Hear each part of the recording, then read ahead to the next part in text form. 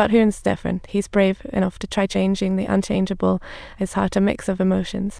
Hoon's unique. Xingzi joins his epic adventure, and they devise a super plan. They planned to set off on August 2nd, perfectly timed for a summer festival, and Hoon took the lead by inviting Xingzi along. No one saw the sadness in Hoon's eyes. Before the fireworks lit up, he turned to Xingzi and spoke. After going into the tunnel, no one knows when we'll emerge 10, 8, or 1,000 years. Too long. Will there still be someone waiting for us when that time comes? The fireworks were bursting forth, and the two of them fell into a contemplative silence. Xingzi broke the silence, asking why he chose August 2nd. Hoon replied it was his sister's Memorial Day. Hoon spent an unforgettable night. At home, he saw Dad chatting with a stranger. Dad then told Hoon, "This lady will be your new mom." Hoon, stunned by the news, stared blankly at his sister's photo and gasped. He ignored what Dad said, his emotions unstable, and his heart raced. He vomited on the spot, hurried to his room, struggling with the unbearable truth. The next day, Xingzi suddenly texted him to meet at a restaurant, and when Hoon arrived, he learned that Xingzi had finally gathered the courage to submit his comic to them. He didn't think much of it and just wanted to conclude his comic. But guess what? The editor called him today offering Xingzi a... Hearing this news, Hoon couldn't help but be excited for Xingzi, but then suggested they delay their exploration. Xingzi was puzzled. What Hoon didn't mention was that he didn't need to enter the tunnel to pay the price for his comic. At that point, he resolved to go to the tunnel alone. While waiting home, the bus was as late as their first encounter. At the bus stop, Hoon stood up, went to a corner, picked a sunflower, reenacting their initial chat.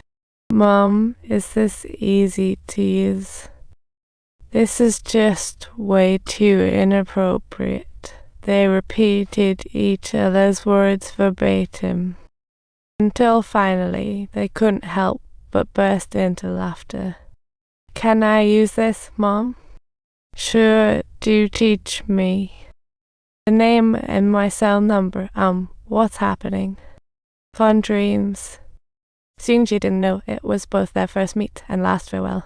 Back home, Hoon deleted all the texts he had with Xingzi and headed for the tunnel alone. Before entering, he sent Xingzi one last message. "Xingzi, you aren't the one meant to go into the tunnel. You've already got the talent you've been dreaming for. After my research, the Urashima tunnel has a fifth rule. It can't grant any wishes. It only helps you reclaim lost things, so please don't go in.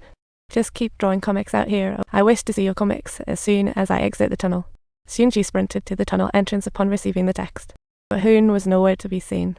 After a long silence, tears began to flow down Xingzi's cheeks. "Go ahead, competition. All this trivial talk about fame, does anyone truly grasp their own uniqueness anymore?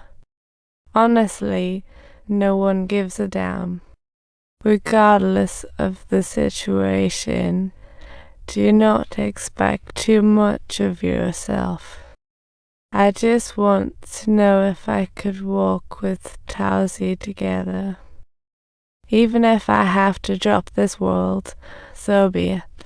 Finally, Xingzi sent off one last text, but the signal in the tunnel was lost.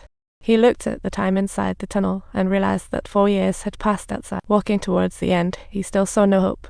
His awareness slowly faded until he collapsed to the ground.